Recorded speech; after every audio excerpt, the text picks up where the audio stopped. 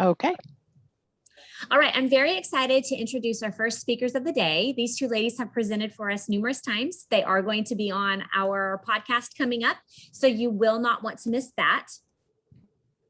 Dr. Teresa McKay has been in the field of early childhood education for over 40 years. Her experiences include being a classroom teacher, program director, trainer, district manager, and owner administrator of an NAEYC accredited program in Indiana, which is awesome. She began working in higher education in 2002 and currently serves as adjunct faculty online at UAGC, as well as a full-time instructor at Penn Foster High School Career College. And she has owned and operated her own training, consulting, business, hands-on learning, early childhood since 1995. That's awesome.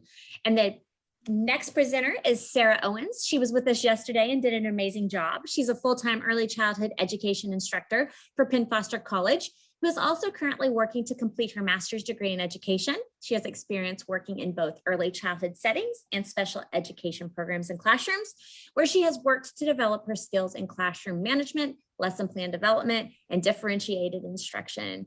Both of these women are amazing, so sit back, relax, and have a good time. And lady, the floor is yours. All right. Since you did such a fantastic job of introducing us, then I won't spend any time on this slide except to say these are our bright, shining faces when we look good, not during a pandemic, right, Sarah? That's right. So we are continuing our presentation from last year on Pinterest and how you can use it effectively to create curriculum ideas and activities. So the first thing, we're just going to jump right in here, is to, in the first session, we kind of walked you through how to set up Pinterest, how to get your account going, how to set up boards, etc. So now we're just going to kind of walk you through and say, okay, now you're ready to dig in. If you haven't already done so, start organizing boards by themes or topics. So you can use themes. So for example, if you want to create a dental health board, then you can put all things dental health there that you find as you are going through and pinning. You can have a board just for learning center ideas. You can have a board for each learning center. So you can have a dramatic play board, a science board, et cetera, et cetera. Of course, an age grouping board always will help. Family engagement and community connections, kind of our hotspot buzzwords right now in the field. So I really encourage you to start 2 boards in this on how you can do and include this type of information when you are looking at lesson planning, curriculum planning, and how to involve your families in this process. And in my session later today, I'm going to talk a little bit about community connections and what they can mean for you. You can create a board on skills development. So let's say you look at your state early learning standards, and the standard is understanding, the child understands the beginning, middle, and end of a story. So you can actually have that as one of your boards, how to teach beginning, middle, and end. And then Pinterest is full of photos. Some of them don't lead you anywhere, but they have some great photos that will give you some ideas to work from and to spark further ideas in your planning. So what you will want to do is make sure that you're finding the good stuff. And we're going to kind of walk you through this process in a little bit. Sarah's going to walk you through on how to do that. Now, one of the things that I do is when I create a board, I just kind of go through and I just do searches. And you'll see that here coming up in just a moment. And then I will go back to that board and I will weed through the stuff that's not good. So you have to understand that not everything that you link or pin to your board is going to lead you to something useful. Sometimes it's going to lead you to something to purchase, which is okay, but really we want the meat and potatoes, right? We want to know like the steps of the activity that's being shown or what have you. So just make sure that you're vetting all of your pins, via DAP and making sure that it's a worthwhile thing for you to use. Yeah, you just have to be careful like anything on the internet. Using the best search keywords, sometimes it's just like doing a library search. You just kind of have to play with it and move your words around and really try to every combination, everything you can think of to get the best pins. So the better your search words, the better the pins you're going to have. Sometimes you can actually narrow it down too much though, and you may not get anything. So again, just verify all of your pins, making sure that they're worth saving, and that way you can then go through and delete some things as you go. Photos, again, are going to give you a nice reminder of like, oh, that's a really good picture. If it's just a photo and it links you out to something where you can use the source, then you can use that photo in, like, for example, to hang up on a wall or what have you. So like you're looking at butterflies and you find this great butterfly photo, you can actually go to the actual source of the link, and then if permission is granted or you give appropriate citation for it, you can use that picture. Don't assume that everything that you find on the internet is free for use, okay? So that's important to remember as well. So I did, my presentation later today is actually on diarrhea of a worm activities. And so I use this as the example. I just did a very simple search. I did narrow it by age group because I wanted to concentrate on preschool. So I did diarrhea of a worm activities preschool, and I've got several ideas here. A lot of them are pictures of the book. And so I decided I needed to do a little bit better search. So when I did that, it kind of came up with some other things. So I can look at worm activities, earthworm activities.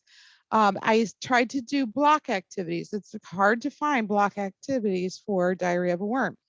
Math activities, those kind of things. So just kind of playing around, like I said, with the wording when you're doing those searches. And then sometimes it will give you suggestions for searches in the drop down. So when you start playing around with the words, it will say either you've already searched this or here are some other things that other people have searched. And sometimes you'll find those on pins as well. So when you are using those pins, and Sarah's going to kind of walk us through this process again, the most important thing to understand is that we are using this as a resource. If you guys are, I won't say as old as me, but from maybe a couple of decades ago, before we had Pinterest, and really had good internet resources, you know, we used to buy all of those wonderful resource books from all of the early childhood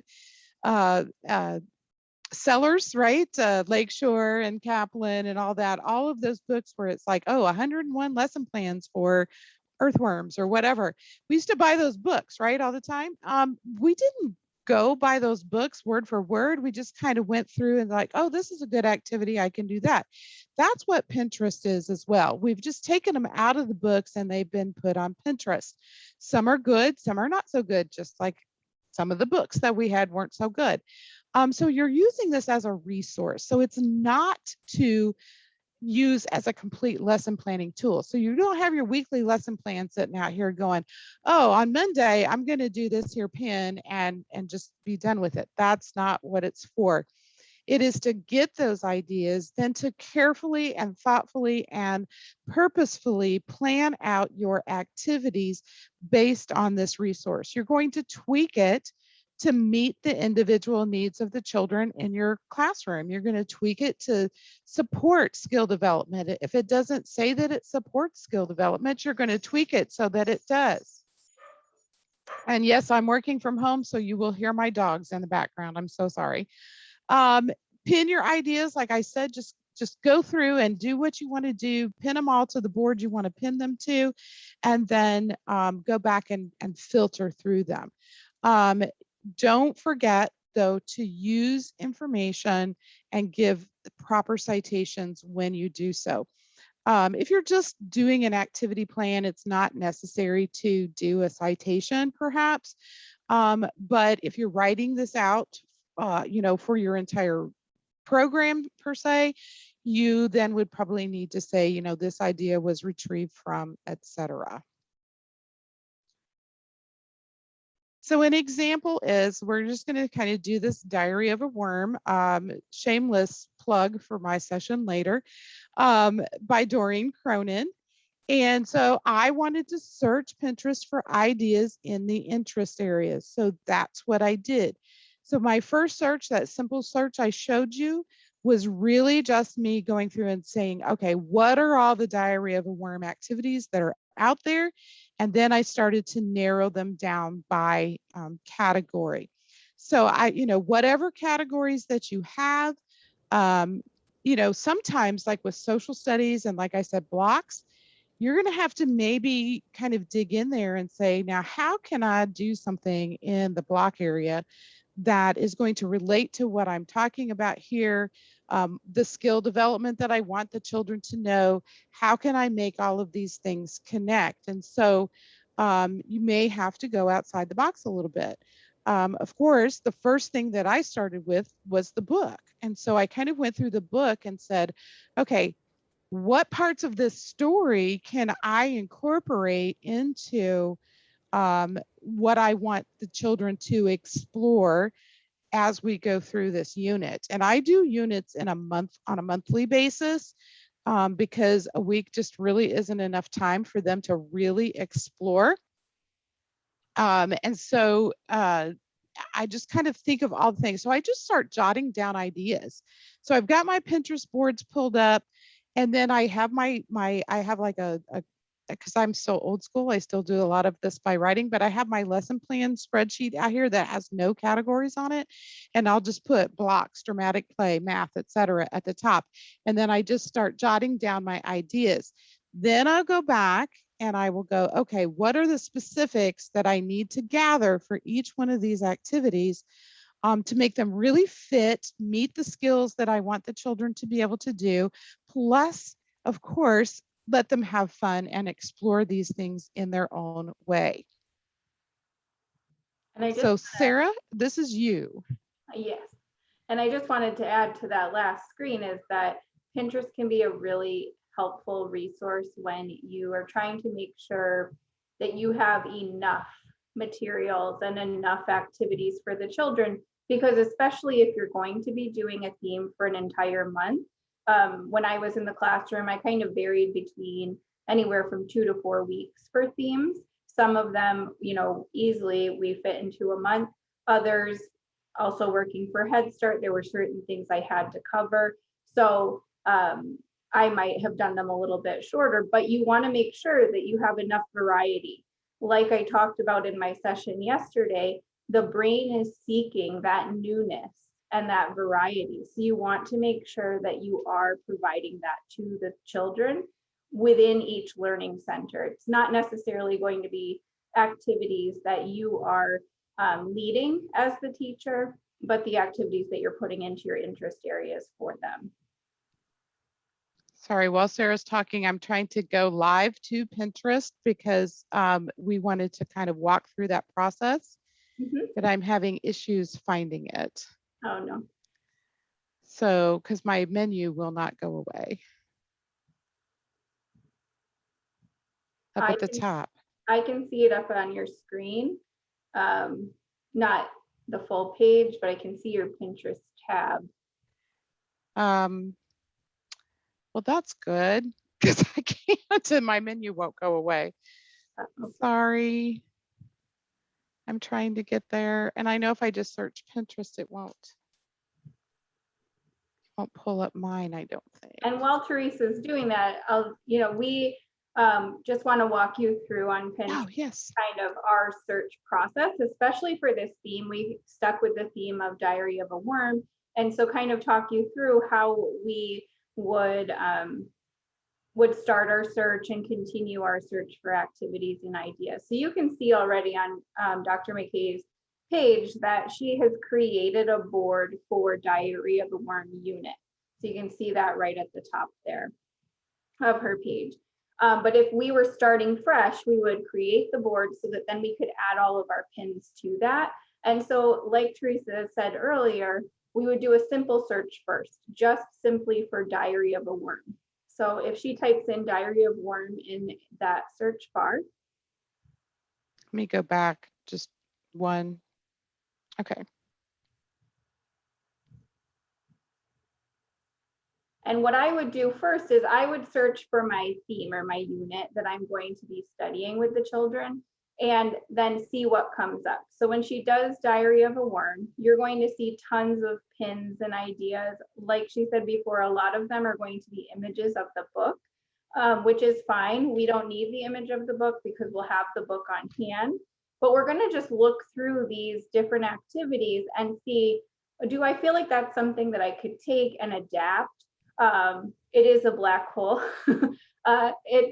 Is that something that I think I can adapt and implement into my classroom and my lesson plans for this particular unit? Again, not taking it exactly as you see it in the pin. So that dump art activity, without looking at it a little bit further, it doesn't necessarily stand out to me as something that I would incorporate into my unit for diary of a worm. Right. There's a question and response pin there. That might be something that I want to take a look at the questions. I'm not necessarily going to purchase those pages or print them out because I want my activities and materials to be more hands-on and engaging. But I might take those questions to use in maybe morning meeting when we're meeting all together and we're starting to discuss our unit or review things that we've learned. Those might be questions that I want to have jotted down so that I can remember, oh yeah, that was a great question, and I want to see if the children have learned that or what they think about that, so that you can gauge too, what else do I need to add to my lessons? Right. Absolutely. And Sarah, if you don't mind, I just want to pop in and say, like this one leads to this person's blog spot. So that kind of gives you an idea of, this is a first grade teacher, obviously. So it is going to be geared. And note that my first search, I did not do a parameter of age grouping. And so that's why we came up with these sort of older looking activities. But like Sarah said, we're great early childhood educators. We can adapt things and use them. So you don't want to discount them. But it can be a black hole. So you want to be very cautious of not spending all of your time just looking at pins, but really trying to be purposeful and specific with it. Yeah. And what I like to do is first search for my unit, but then I'll just take a quick glance, pin things that really stand out to me. Maybe I'll take like 3 to 4 minutes to just quickly look through what comes up, pin what stands out to me. Later, I'm going to vet through those when they're actually in my board, because it's a lot easier to do that than to spend all of your time Right. clicking on and going through each individual pin during that initial search. So once I've done that, then I'm going to start narrowing it down to my specific activities or interest areas and items that I need. So when we were preparing for this, we obviously want to narrow it down by the age group that you're working with. So we're working with preschoolers. So I might start there and just do Diary of a Worm preschool. And it's going to bring up all of these activities that are more age and developmentally appropriate for preschool age children. Again, don't discount anything that you see from elementary school teachers that they've posted, because it's very easy to adapt those items, especially like questions. Maybe I'd word it a little bit differently, but it's definitely something that I can adapt and use in my own lessons. And I would go through here again, maybe time myself for, let's say, 5 to 6 minutes, look through these activities and pin the ones that really stand out to me that maybe I want to take and be able to try and implement in some way within my learning areas. And then I would even go further and start breaking it down by those interest areas. And the other thing is, don't discount printables. Because while we don't want to just have coloring sheets or worksheets, we can turn those into file folder games. And therefore they become DAP and they become very interactive. So don't say, oh, that's a worksheet, I can't use it. think outside of the box and say, hey, how can I use this as a file folder game or something like that? How could I could even just print one of these and use it as a wall decor or something like that to help the children make my bulletin board or what have you. Right. Yeah, a couple of the first things that I saw in here that really caught my eye in this general term would be this one right here. And this one. I just love this because it's, it's connected. If you were a worm wiggling in the dirt, could you write letters? I mean, just something like that. And really kind of, thinking outside the box. Here's the idea. Now, how can I add this to my lesson plan and really make it connect even better? Mhm. And you can see very quickly from that pin that this person actually made a dirt paint for the children. Mm-hmm. I personally, in my own classroom, have just taken clean soil, like clean play dirt, and Mm-hmm. added water and created sensory areas for the children. It's Yep. okay to do that. You don't have to create something else. You can just go outside and use nature. That's Right. perfectly acceptable. So Right. it's a great idea, but maybe you're going to put a twist on it by actually using dirt and letting them explore, Right. feel that with their hands. And you'll be amazed at what else they come up with when they start playing with that dirt and that soil. Exactly. One that really stood out to me as well is the W Worm Day, that very first pin where you can see the worm in the little viewer. And I just want you to kind of remember that one for later when we go back to my activity plan. Yep. And another thing with worksheets too is even if you're not going to create a file folder game with them or use them just as decoration in your classroom, you can laminate them and add your own items to create like pre-writing worksheets that are laminated and the children can use their dry erase markers with in your writing center. When I was in the classroom, each child had their name on a different character, and that's how we navigated so that there was only a certain number of children in each learning center. They had to match it up with the Velcro spots. And so I would change those to meet my theme for that month or that unit so that they were always seeing that and connecting those dots. I also love that worm observations book there that you see. And that I kind of incorporated into my activity as well. But once you've gone through these, then you can start looking too for those more specific areas, especially places like blocks, like Teresa mentioned before, and social studies. They're a little bit more difficult. And so we kind of went on a search for Diary of a Worm preschool activities for blocks. Oops. My goodness. It's not my day for the internet today.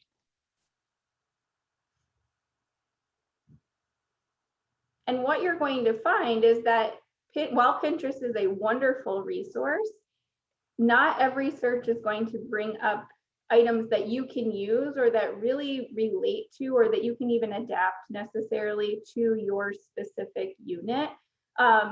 So you kind of have to then move to other resources, which is perfectly fine. I don't like to give the impression that Pinterest is like a one-stop shop for activities.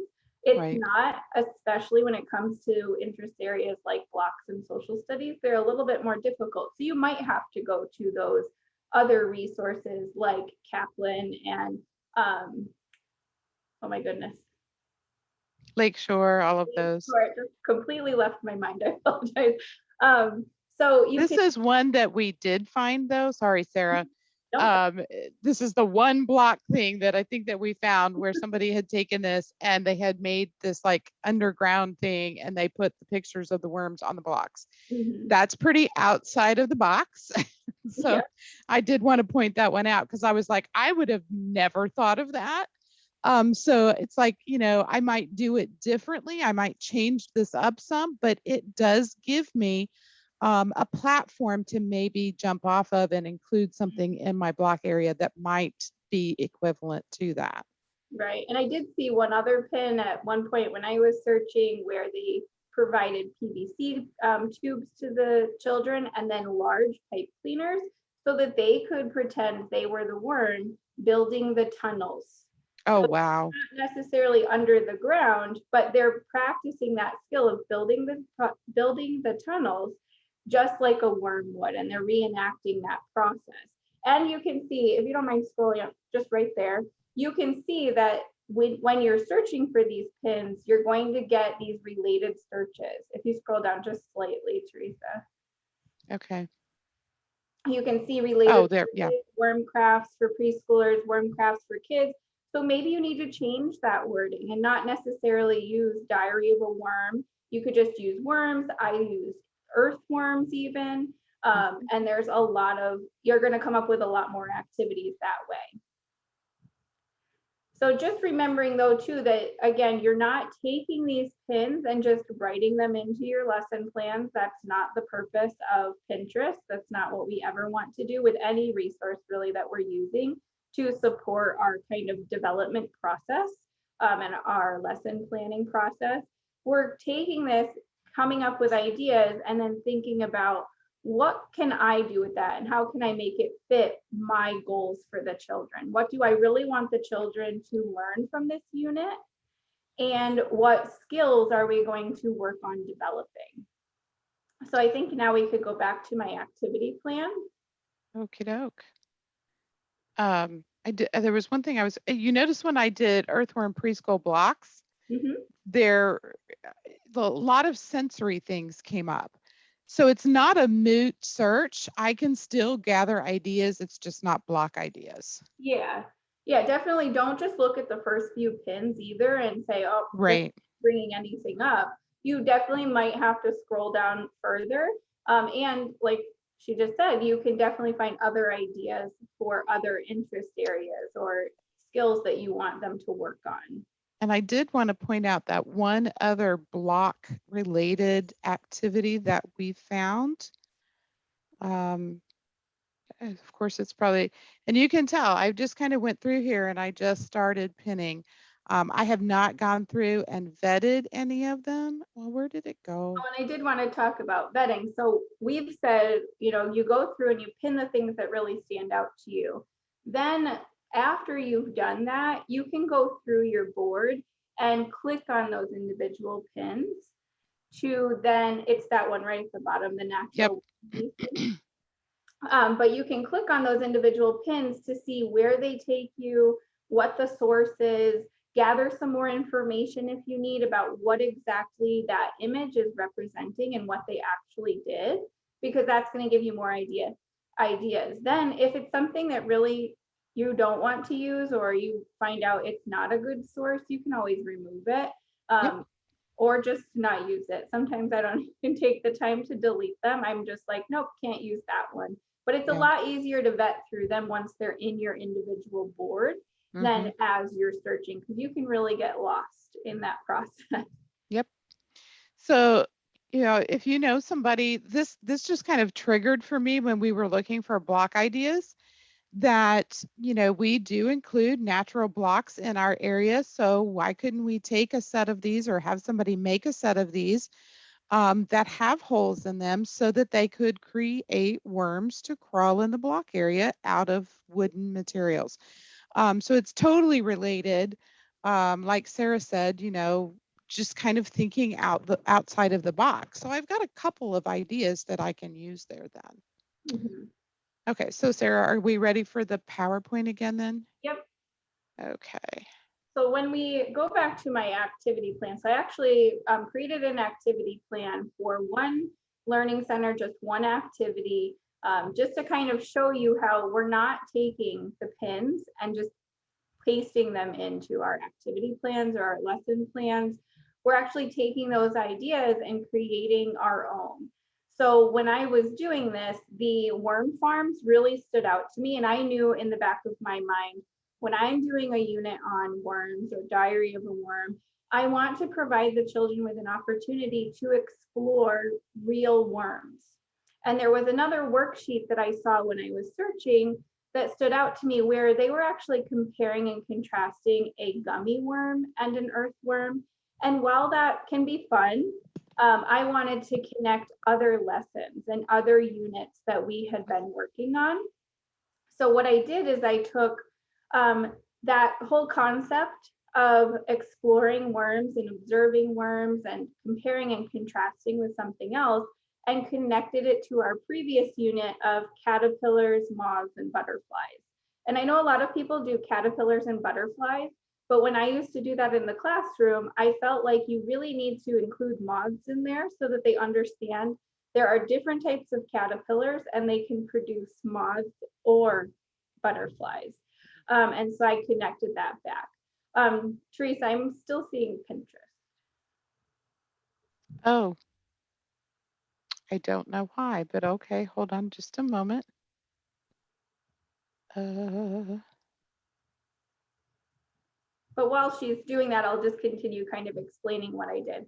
So I wanted to connect my unit of caterpillars, moths, and butterflies with my unit on worms. And typically what I would be doing is kind of going through a few different units around the same time on different types of insects or animals or things like that that would connect around springtime usually.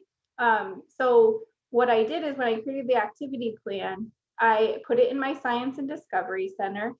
The dates, I really just put 2 dates, but in all honesty, I would probably be doing this unit for a month. And so I'd actually have this for them to observe all the time throughout that month so that they could continue to gather observations and see how the caterpillars and the worms might have been changing. And allowing them that opportunity to gather that additional information. And then we would come back together maybe at the end of each week to kind of figure out and to talk about what new information we've gathered. So you can see I did Science and Discovery with the topic of earthworm and caterpillar comparison. For this particular activity, I'm going to use an American lady caterpillar. They're quite common. And then real live earthworms as well. So I outlined my specific materials, I outlined my specific procedure, but what I'm having them do is connect those 2 topics, and then they're going to be comparing and contrasting those caterpillars and those earthworms. And I would create my own observation charts for them to use in 2 columns, where you can have the caterpillar on one side and the earthworm on the other. I would certainly encourage the children to draw a picture of the earthworm and caterpillar that they're observing at that time so that they can reference what that looked like, especially if you're going to offer it across the whole month. You want them to be able to visually represent kind of the changes that they're observing as time goes on. And I'm going to provide them with a wide variety of materials within that learning center so that I'm not inhibiting their ability to observe and to learn information about both the caterpillar and the earthworm. So I have a felt board in the learning center when I first came in and brought them into the learning center. Of course, my first step is going to be to gather them there and to introduce to them the different materials and the activity that they'll be working on when they're in that learning center. And so I'm going to provide them with trays 1 to 2 inches deep where they can put the caterpillars and the leaves and twigs, and then the earthworms and their dirt so that they can really get a good look at them, observe them. Definitely don't be afraid to let them touch them. We're obviously going to have a conversation about how we touch them gently because they are still living things, and we need to make sure that we take care of them. And then we'll safely put them back in their containers at the end of that unit or at the end of that session for the day so that they can stay safe and they don't get out or die or anything like that. And if you could go to the next slide. I'm going to try. And you can. There we go. That activity plan, I've asked them a couple of questions. Like I put up the caterpillar and I asked them who remembers what this is, and I give them an opportunity to share. Then I put up a picture of an earthworm and I asked them, does anyone know what this is? And so I'm connecting the unit to the lesson or the activity that we're going to be working on. I'm going to pass around those magnifying glasses and insect viewers. I would recommend having both. Some children like to use a magnifying glass. Others do not like to touch the insects. So you might need to have gloves on hand for them. I didn't include those, but I always had gloves handy for children who did not want to touch the dirt or the worms or the caterpillars, just in case, because you don't want to make them uncomfortable or force them to do something that they're not comfortable with. And so those insect viewers are great because you can put it inside for them. They can look at it, observe it gently without ever having to touch it or worry about it getting close to them. We loved those. Also a scale so that they can weigh them. You could have a couple of different types of scales even so they can compare their weight and explore those different measuring tools. And then different ways for them to measure the worms and the caterpillars, rulers, measuring tapes, even unit cubes, because sometimes those rulers and measuring tapes, they're a little abstract. So if they want to measure them with unit cubes and say, wow, the worm is 5, that is perfectly acceptable. And then those observation and comparison sheets, for this one, I would have enough for every child to fill one out. I'd have pencils, markers, and crayons, clipboards for them.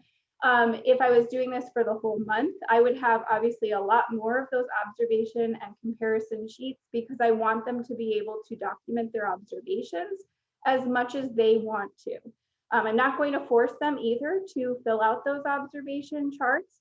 I'm going to have them available, but really the purpose of this activity is to allow them time to explore those two different things and to compare them and contrast them. If they just want to talk to me about that, that's perfectly fine. And then we're going to come together at the end and create a Venn diagram together. So they don't have to give me their observation charts. We're just going to have that discussion and create that Venn diagram all together at the end.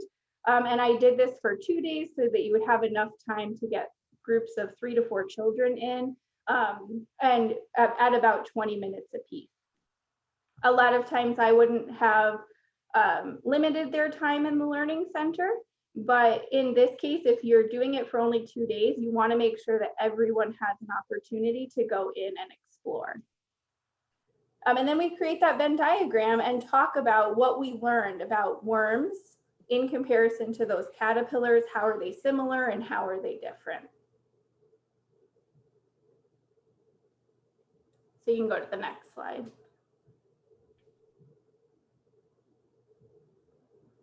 So yeah, just as a summary, so like Sarah and I both have mentioned pretty frequently, it is not your lesson plan.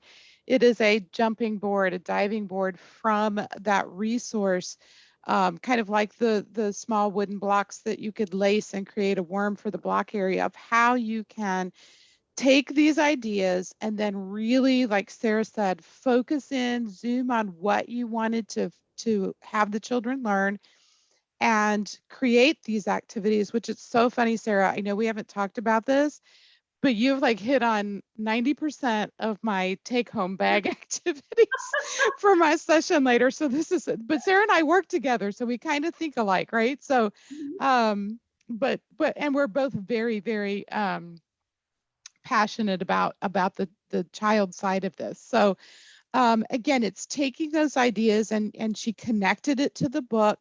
But she went outside of the book and again, so outside of the box, and that comparison and contrasting. We know that that's a preschool skill that we want to really develop in children. Same, different, all of those things, so that that they can, really get those under their belt. Then somebody asked in the chat, Sarah, is this for first grade?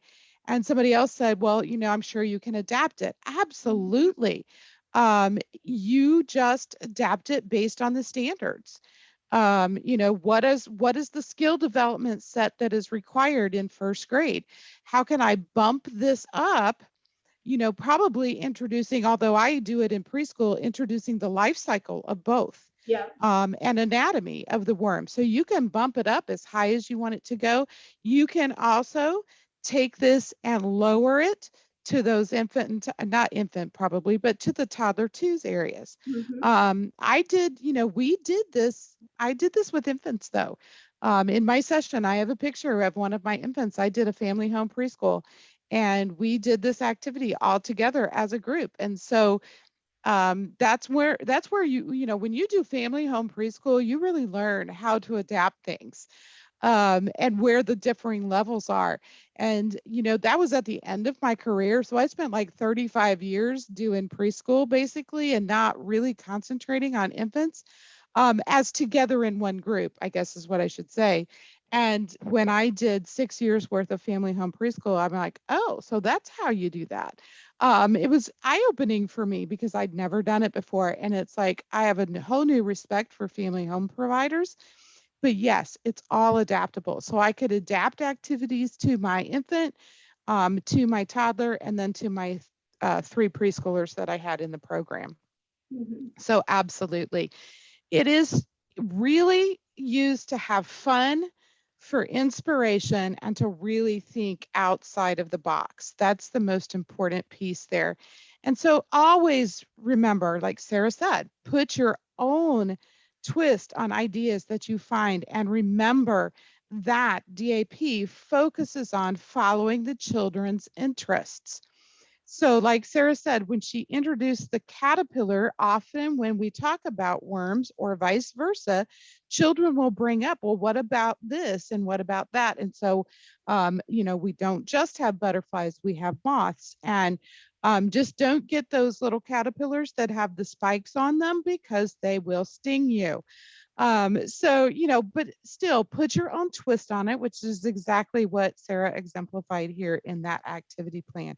This is absolutely a STEAM activity in many, many ways. It's not just science, but when you build that earthworm compost observation station, that kind of is some technology and engineering going on there too. You can connect engineering to what Sarah was saying about learning how worms wiggle through the dirt to move and dig tunnels. That's an engineering. The worm then is the technology piece, the tool in engineering those tunnels and such. And so there's so many places where you can go off from just that one activity that Sarah had included in the science area. So we have included links to our Pinterest pages. Tisha, I'm not sure if students, I'm sorry, I'm so used to saying students, if attendees can grab these or if we can put them in a follow-up or what have you, but we are both on Pinterest. They can take a picture of this with their phones. Yes. You can also add these 2 links in the chat box. I'll do that now. Okay, wonderful. Thank you. Does anybody have any questions? We have a few moments left. I have put on here just an example. If you do need to cite and put references in for your pins, this is an example of how to do so. There's, APA folks in the 7th edition have not given us a clear guidance on this, but this is the most recent one that I found. Again, just giving you, just giving credit where credit is due when it's needed.